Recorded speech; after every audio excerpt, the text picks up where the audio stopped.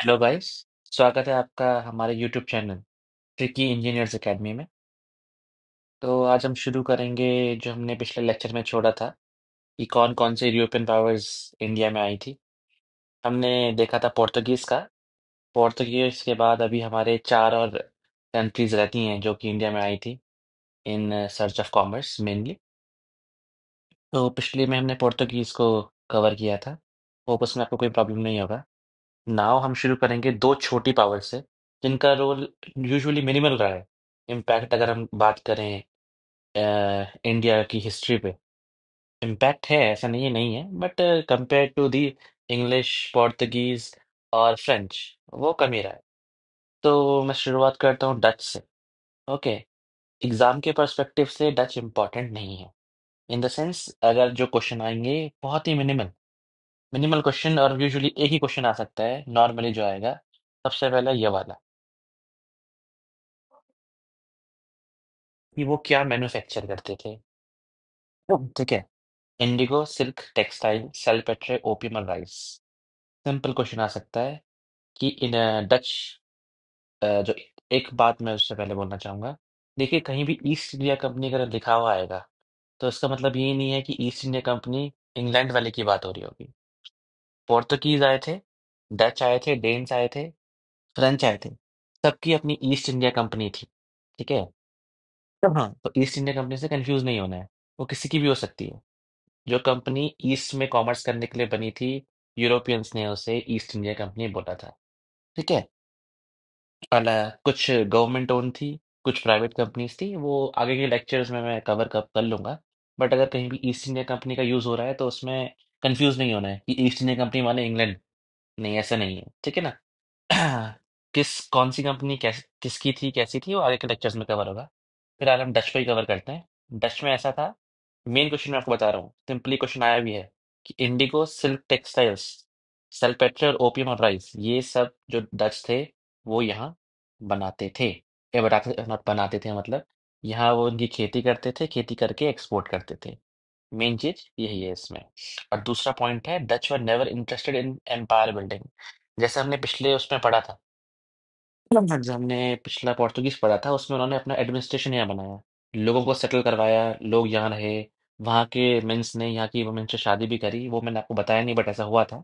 यानी वो चाहते थे कि हम यहाँ रुकें, यहाँ पे एडमिनिस्ट्रेशन करें, यहाँ पे राज करें और उसके साथ साथ ट्रेड भी करें, और ट्रेड में मोनोपोली रहे। लेकिन डच का केस ऐसा नहीं था।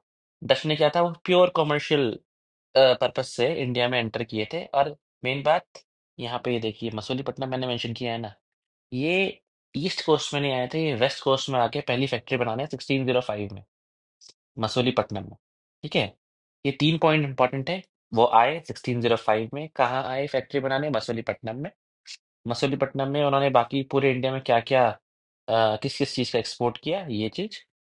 और साथ में, which European power was not interested in administrate in doing administration in Indian continent and came to India only for commercial purposes, ऐसा क्वेश्चन बनेगा।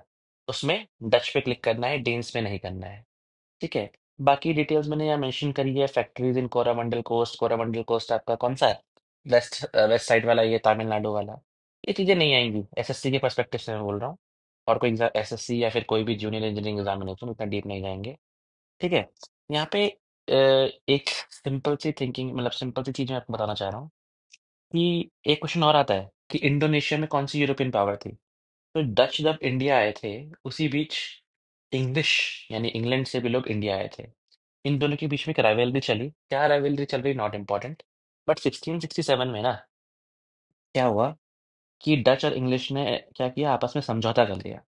इंडोनेशिया को बोला आप जाओ, और सॉरी, इंडोनेशिया को नहीं, इंग्लिश ने डच को बोला आप जाओ इंडोनेशिया में राज करो, और हमें इंडिया को हमारे पास छोड़ दो।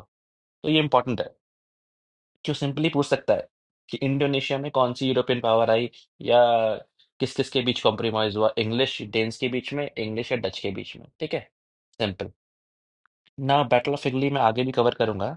बट अगर क्वेश्चन आता है कि किस वॉर के बाद, यानी आफ्टर विच वॉर, जो डच है उसकी पावर इंडिया में कम हो गई, एकदम पूरी ही कम हो गई, तो वो आएगा बैटल ऑफ हुगली, 1917 1759 में। ठीक है। सिंपल क्वेश्चन आता है 100% आता है। उसमें क्या आएगा कि सिंपल क्वेश्चन आएगा हिंदी में बोले तो कि किस वॉर के बाद जो डच है उनकी पावर इंडिया के सब कॉन्टिनेंट पे बहुत ही मिनिमल हो गई। तो वो आएगा बैटल ऑफ हुगली 1759। ईयर याद रखना है। ये क्वेश्चन आएगा, ईयर में गलत मत करना। वो बैटल ऑफ हुगली 2 बार दे देगा। ठीक है। डच में इतना ही है। ठीक है। इससे ज्यादा जो भी मैंने लिखा है वो रीड आउट करने के लिए ओके है, लेकिन उससे ज्यादा उसमें याद रखने की जरूरत नहीं है आपको। ठीक है। डिटेल में अगर जाऊंगा, डिटेल में बहुत कुछ है, लेकिन फालतू में अननेसेसरी पढ़ के कोई फायदा नहीं है। इतना ही डिटेल हो जाए तो बहुत है। ठीक है। नाउ अब आया डेन्स। अब अगर मैं पूछूं डच और डेन्स के बीच में डिफरेंस, तो क्या डिफरेंस बताएंगे आप? हाँ, जो डच पीपल है, आज के टाइम पे आपने नीदरलैंड या पहले कभी क्रिकेट कोई देखता होगा तो हॉलैंड की टीम आती थी। नीदरलैंड हॉलैंड जो भी है वो डच पीपल थे। डेन्स जो हैं वो डेनमार्क से हैं। ठीक है। अब डेनमार्क कहाँ है वो यूरोप में, आप मैप में देखिए, वो बताने वाली बात नहीं है। पर Danes from Denmark, Dutch from Netherland या हॉलैंड, पहले उसे हॉलैंड बोलते थे। ठीक है। सबसे छोटा जो रोल है पूरी इंडियन हिस्ट्री में वो डेन्स का है।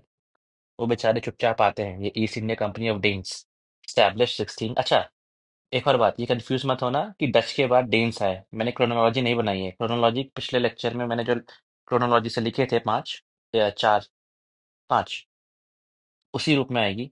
ये मैंने दो बहुत छोटे छोटे एक ही लेक्चर में कवर करने की कोशिश करी है। ठीक है। तो डेन्स आए, उनकी भी ईस्ट इंडिया कंपनी थी। 1616 में स्टैब्लिश हुई थी क्या, ईस्ट इंडिया कंपनी। और 1620 में वो आके फ्रंकाबाद, टेंजोर, टेंजोर यानी ईस्ट कोस्ट की बात हो रही है, केरला के साइड की। वहां पे इन्होंने अपनी फैक्ट्री स्टैब्लिश करी। ठीक है। इस पॉइंट पे मैं गलत भी हो सकता हूँ कि केरला में है, बट कोस्ट ईस्ट वाला ही है। लेकिन पहली फैक्ट्री टेंजोर में करी थी, ये इंपॉर्टेंट है। ठीक है। अदर फैक्ट्री कहाँ है, कुछ नहीं है। मेन इंपॉर्टेंट पॉइंट यहाँ पे है ये,